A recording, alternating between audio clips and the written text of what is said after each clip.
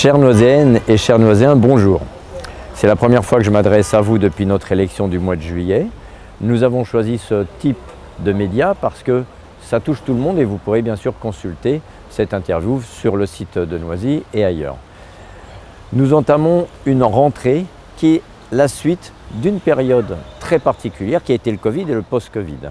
Et donc à ce titre, nous, nouvelle municipalité, nous avons décidé de poursuivre ce qui a été mis en place, mais d'entamer des nouvelles actions dans différents domaines. Le premier secteur qui a été touché en dehors de la santé sur lequel on va revenir, c'est le secteur de l'éducation, avec plusieurs mois d'interruption de scolarisation pour les enfants avant la période estivale. Et on s'est dit qu'il était de notre responsabilité, de notre devoir, de contribuer à ce qu'il y ait une forme de continuité pour mieux préparer cette rentrée. Ce qui fait que nous avons engagé un dispositif itinérant pour aller dans tous les quartiers.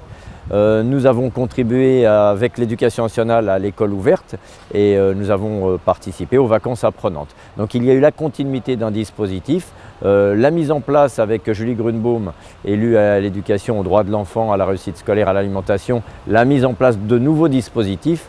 Et là, nous sommes sur la fin et nous allons mieux préparer la rentrée. Alors, mieux préparer la rentrée, bien sûr, avec l'éducation nationale, qui a son niveau de responsabilité, mais aussi en termes sanitaires. Donc en termes sanitaires, la même chose, nous étions dans une période transitoire, de parenthèse, avec des incertitudes, mais des réglementations, des protocoles.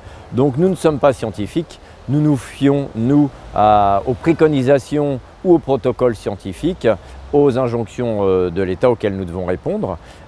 Et à ce titre, eh bien, nous avons mis en place avec Anne Déo, adjointe à la santé, un dispositif permettant de tester 450 personnes.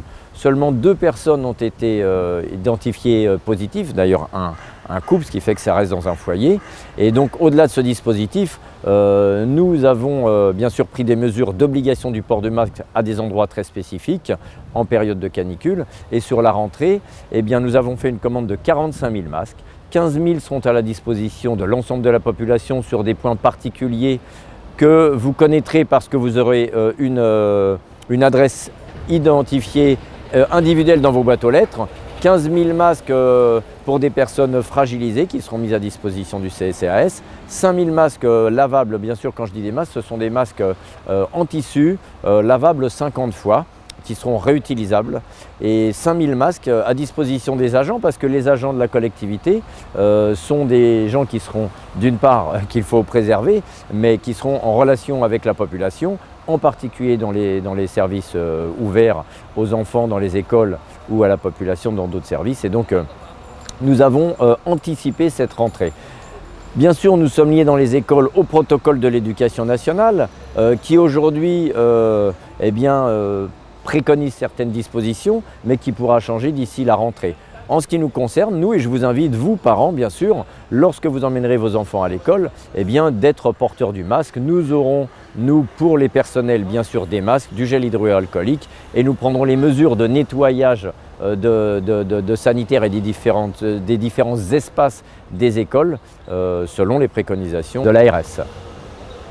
Maintenant, un autre secteur qui a été un petit peu déficitaire et mis en parenthèse, c'est le secteur de la culture. La culture, malheureusement, a pâti énormément d'un point de vue financier de son activité du Covid.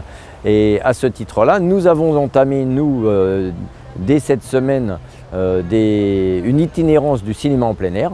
Il y a plusieurs séances qui sont prévues dans vos quartiers. Donc là aussi, vous recevrez une information et vous pouvez aller sur le site de la ville pour voir les informations.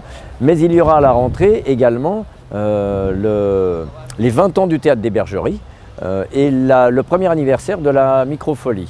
Et bien sûr, le festival franco-arabe qui sera modifié, qui ne sera pas totalement un festival parce qu'il faut beaucoup anticiper ce genre d'événement et que les conditions sanitaires ne nous ont pas permis d'anticiper à la fois la programmation et l'organisation. Mais la rentrée, c'est aussi traditionnellement la fête des associations. Et cette année, nous n'avons pas pu l'organiser de manière traditionnelle compte tenu des conditions sanitaires, donc elle sera réduite sous forme d'un salon. Et bien sûr, nous organiserons avec l'ensemble des associations une grande fête des associations pour 2021. Pour conclure, pour cette année, ce que vous pouvez nous souhaiter et ce que nous vous souhaitons à vous, eh bien, c'est de continuer ce que nous avons entamé en ce début de mandat, c'est que nous, les élus de la majorité municipale, nous irons à votre contact le plus possible pour connaître vos préoccupations, répondre à vos attentes. Ce que nous vous invitons à faire, eh bien, c'est évidemment de continuer de respecter les gestes barrières, de respecter les protocoles que nous mettons en place, que ce soit sur le marché, que ce soit aux abords des écoles, dans les lieux publics. Et véritablement pour finir, si nous avons utilisé aujourd'hui ce type de médias pour que vous soyez au mieux informés et que nous informions le plus grand nombre de Noiséennes et de Noiséens, eh bien, nous renouvellerons ce type d'information régulièrement sous cette forme ou sous une autre.